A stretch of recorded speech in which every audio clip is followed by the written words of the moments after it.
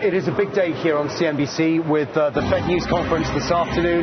Rick Santelli is in Chicago with a highly appropriate guest. Rick, over to you. Thanks, Simon. And I would like to welcome John Hilsenrath. Welcome, John. Hey, Rick. Good to see you. Good to see you. Listen, John, and I mean no disrespect in any way. Everybody has a job. That's always a loaded introduction to a comment. But it really isn't loaded, and you'll see why. I have great respect for anybody who's working, taking care of their family, and you fit that to a T. But there are players and there are tailors, okay? When I talk to players, okay, when I talk to the people around me, or I talk to my sources, or I talk to the hedgies, or I talk to the bond fund people, they think it's crazy what's going on with the Fed, especially this many years after a crisis, especially considering the economy has some wind. Maybe it's not running a sprint, but it's definitely certainly not in recession. And then there are the tailors. The Fed chairman, I think, is the emperor. We can argue about what state of clothing he has, but the tailors are the surveys, some of the articles of the press rights. That seems to be getting all the traction and focusing on the taper and the programs. The players are fed up. You're one of the tailors. You write stories that move markets. My first question to you is, why is it that there's so many softball questions at these press conferences? Why do you think we need QE after all this time, given how many stories are written in your publication every day about how solid the stock market is? You're jumping to a whole bunch of conclusions there. I don't know where to start, but let's start with your question about why do I think we need QE. I don't think, I don't argue in any of my stories that we either do or don't. I'll explain what I do. I'm a reporter. I do several things. I'm trying to inform the public about what the Fed is up to. If people don't like hearing what the Fed is up to, then, that's part of the process of me informing them. And I do think I try to hold them accountable. We ask tough questions at the press conference and elsewhere. Last time I asked Bernanke. What was the question you asked last time? How long are you going to stick around? I think a lot of people wanted to know that. I don't know. I don't think that's a tough question, John. I could tell you. I think they weren't very happy about it, but. If you want to talk about the stories that I've written that have held the Fed accountable, and I'll tell you what, that's why I have that's why I have great respect for you. I understand that you need to, in some way, be an intermediary between what the Fed thinks reality is and an intermediary. I'm a reporter that, I'm going to write stories. Listen, let's drop the pretense here. The reason your stories move the markets is the same reason Greg Ip's stories have moved the markets in the past, and that is that the world at large does believe that you're sourced, okay? And that's a reality. You can protest all you want. Of course I'm sourced. Every good reporter should be. Right, so then what's the issue? I don't know. I don't know. What I'm saying is they have a message. You're sourced. It's not like you're saying, listen, here's the reason I think something's going to happen, but I think it's crazy considering how the GDP is positive for so many quarters. See, what I would think is that I understand what you're doing, and I have no problem with it. But it would be nice if there were stories after that where it was maybe more of an opinion piece or kicking in tires. So I'll ask you the question I would ask. Wait, sir, let me stop you right there. Mr. Chairman, what are you afraid of? Why do you think the Fed chairman refuses to stop the programs? Why is he holding on to the purchases? I would suggest you read a story that I wrote on Monday, which showed that the Fed's growth forecasts for the economy have been wrong every year in this recovery. That's if you not don't a think story. we're That's a fact. They're wrong on all their forecasts, and half of my friends are wrong on theirs as well. I'm sorry. Let's stop. Why do you think Ben Bernanke feels the need to continue ongoing, really, crisis programs with regard to the training wheels of the economy? I'm asking you, why do you think that is?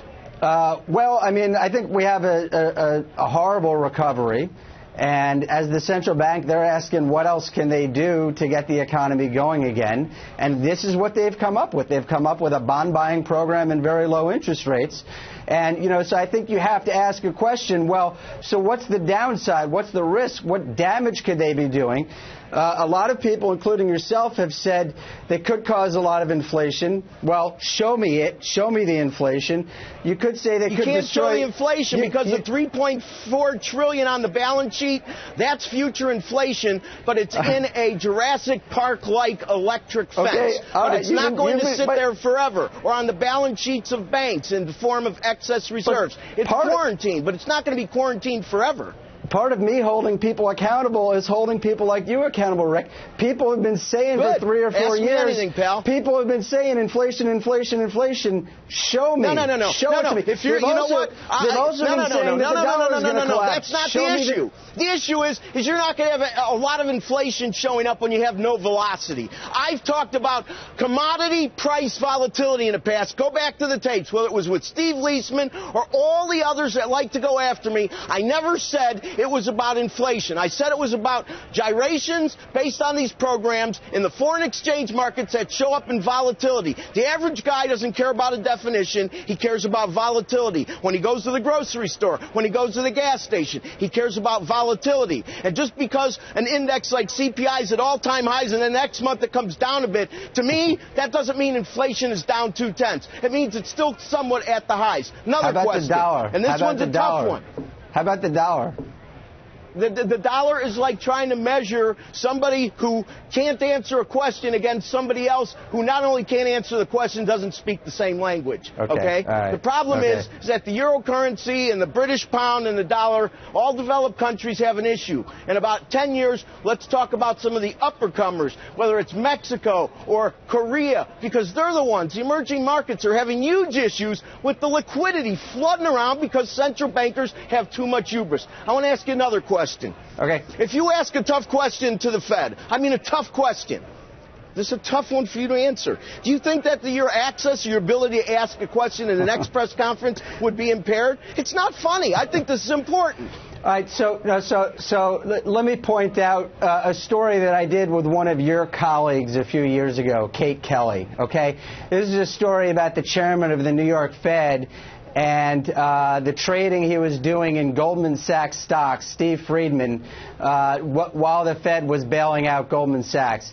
Steve Friedman stepped down from the New York Fed chairmanship within days of that story. That did not make them comfortable. I'm continuing to report. You know, that's the world we live in. So yeah, it just seems to me that the reporters aren't after. Now, let me ask you another question. When Fed chairmen or some of the committee, when they give press releases as to, you know, whether it's their growth forecast, what they believe on the inflation front, or what they believe their impact is based on these programs to employment or unemployment, why is it that most reporters, and let's push you aside a minute, why is it that these press releases aren't gone after the way a reporter over the last several years would go after a Tea Party conservative? Why don't they have the same kind of intensity when they go after some of these issues where we're sold that these programs are helping unemployment or that low interest rates is the most important part of the mortgage arena, when I could show you in the 70s, 80s, and 90s rates multiples where they are today, where we had very solid housing markets? Yeah. All right. So, you know, I will give you this. These press conferences are very polite. You could argue they're too polite. And I'm also frustrated by one aspect of them, which is that it's difficult to ask the follow-up question because you get the microphone in your hand, you ask a question, and then the microphone gets passed to the next guy. It would be nice if we had the opportunity to ask follow-up questions when we don't feel like we're getting the answers that we want on our questions. So I'll agree with you on that. But the other point that I would make about the press conferences is that we're trying to do different things at these press conferences. The Fed is a very obscure institution. On the one hand, we're trying to understand where is the chairman at? You know, what is he trying to accomplish? What is he going to do next? There's a lot of just figuring out what happens next. You know, I would say there's different kinds of questions. There's accountability questions, and then there's just understanding questions. What are you thinking and what's the process? We probably get a lot more of the questions about what are you going to do next than the hard accountability questions. Yeah, I understand that. I have one bit of advice because we're running out of time.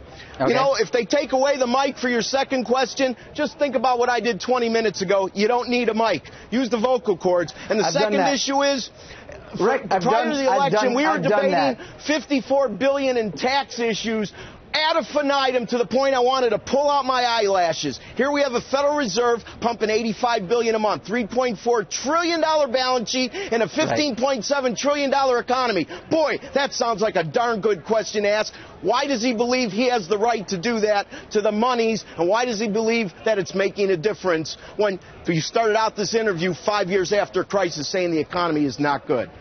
Okay, all right, but at the same time, I think people need to ask you, where are all the bad things that you've been saying are going to happen, and they haven't happened Listen, yet? That's why I say enough is enough. The bad things have diminished to a great extent. Let's move on. John, you're a great sport. You're a great sport. Thanks for your time today. Okay, thanks a lot.